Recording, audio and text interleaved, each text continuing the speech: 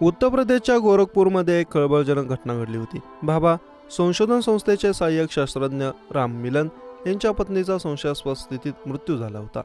राम मिलन यांच्या पत्नी आपल्या अल्पवयीन मुलासोबत राहत होती।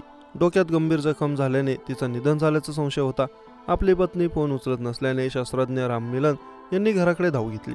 त्यांनी घरात पाय ठेवताच त्यांच्या पायाखालची जमीनच सरकली। त्यांना आपली पत्नी रक्ताच्या थारोळ्यात पडलेली दिसली। यानंतर तात्काळ पोलिसांना कळवण्यात आले। पोलीस तपासातून हत्येचं गूढ उकललं आहे। अल्पवयीन मुलानेच आपल्या आईला मारून टाकल्याचे पोलीस तपासातून समोर आलं। या संपूर्ण प्रकाराचे एकच कारण ते म्हणजे आईने मुलाला शाळेत जाण्यासाठी उठवले। रागाच्या भरात त्या मुलाने आपल्या आईला धक्काबुक्की केली आणि नंतर तिचे डोकं भिंतीवर आदळलं, ज्यात ती गंभीर जखमी झाली।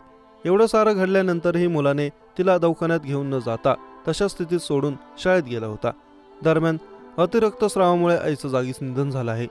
धक्कादायक म्हणजे आईच्या मृत्यूनंतरही तो मुलगा 5 दिवस आईच्या मृतदेहासोबत राहिला। 5 दिवस पत्नीशी न बोलल्याने शास्त्रज्ञ घरी पोचले तेव्हा दरवाजा उघडा होता आणि वास घरभर पसरला होता। आत गेल्यावर पत्नीचा मृतदेह जमिनीवर पडलेला पाहून राम मिलन थक्कच राहिले। मुलाकडे चौकशी केली असता त्यांनी वडील आणि पोलिसांची दिशाभूल करण्याचा प्रयत्न केला। खाली पडल्याने आईचं निधन झाल्याचे सांगितले, पण पोस्टमॉर्टम मधून हत्येचं गूढ उकललं। आईचा मृत्यू 6 दिवसांपूर्वीच झाल्याचं समोर आलं। यानंतर पोलिसांनी मुलाकडे कसून चौकशी केली असता त्यांनी गुन्ह्याची कबुली दिली।